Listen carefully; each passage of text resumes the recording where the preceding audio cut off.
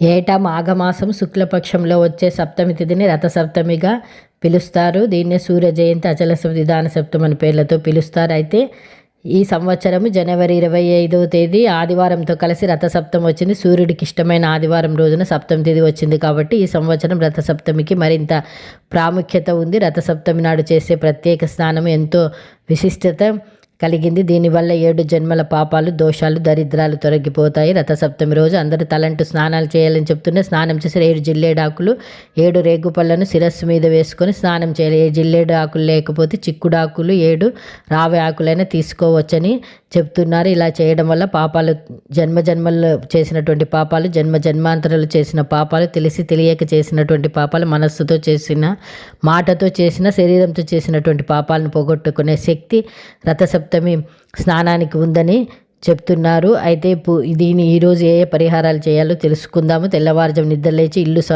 శుభ్రం చేసి జిల్లేడాకులు రేగుపళ్ళతో స్నానం చేయాలి. అనంతరం ఇంటి ఆవరణలో సూర్యకిరణాలు పడే చోట ముగ్గులు వేసుకోవాలి. ఆ తర్వాత చిక్కుడాకులు, చిక్కుడు పూలు, చిక్కుడు కాయలు కలిపి ఒక మండపంగా తయారు చేసుకుని అందులో సూర్యదేవుని ఫోటో లేదా విగ్రహాన్ని ఉంచాలి. ఆపై చిత్రపటానికి గంధం, కుంకుమ పెట్టి ఎర్రని పుష్పాలతో అలంకరించాలి.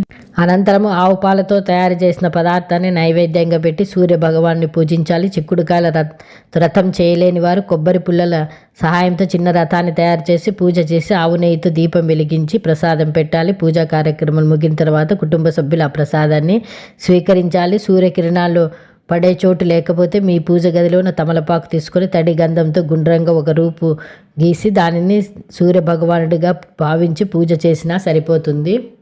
ఆదివారం కలిసి వచ్చిన రథం సప్తమి రోజున గొడుగు, చెప్పులు వంటివి దానం ఇవ్వడం వలన జన్మల పాపాలు, దారిద్ర బాధలన్నింటి నుంచి సులభంగా బయటపడవచ్చునని చెప్తున్నారు. ఈ వీడియో నచ్చితే తప్పకుండా లైక్ చేయండి.